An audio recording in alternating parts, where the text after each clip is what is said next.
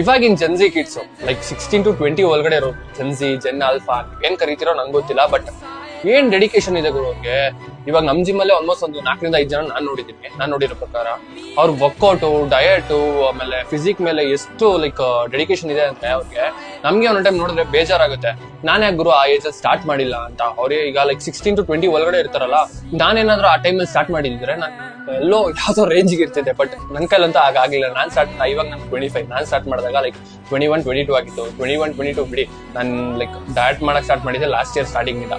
But ಇವಾಗಿನ generation kids like ಸ್ವಲ್ಪ ಜನ 16 to 20 ಒಳಗಡೆ ಇರೋರು ನೆಕ್ಸ್ಟ್ ಲೆವೆಲ್ ಇದಾರೆ ಗುರು. ಮೆಚ್ಚಬೇಕು ಅವ್ರನ್ನ ಲೈಕ್ ಡೆಡಿಕೇಶನ್ಗೆ.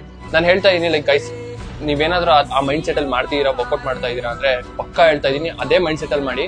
ನೀವೇನಾದ್ರೂ ಇವಾಗ ನಿಮ್ನ ಹಾಳು ಮಾಡೋರು ಜಾಸ್ತಿ ಜನ ಇದಾರೆ, ಈ ಜನರೇಷನ್ ಹಾಳು ಮಾಡೋರು ತುಂಬಾ ಜನ ಇದಾರೆ. ಬಟ್ ನೀವು ಆ ಮೈಂಡ್ ಸೆಟ್ ಫಿಕ್ಸ್ ಆಗಿದ್ದೀರಾ ಅಂದ್ರೆ ಅದೇ ಮೈಂಡ್ ಸೆಟ್ ಅಲ್ಲಿ ಇರಿ.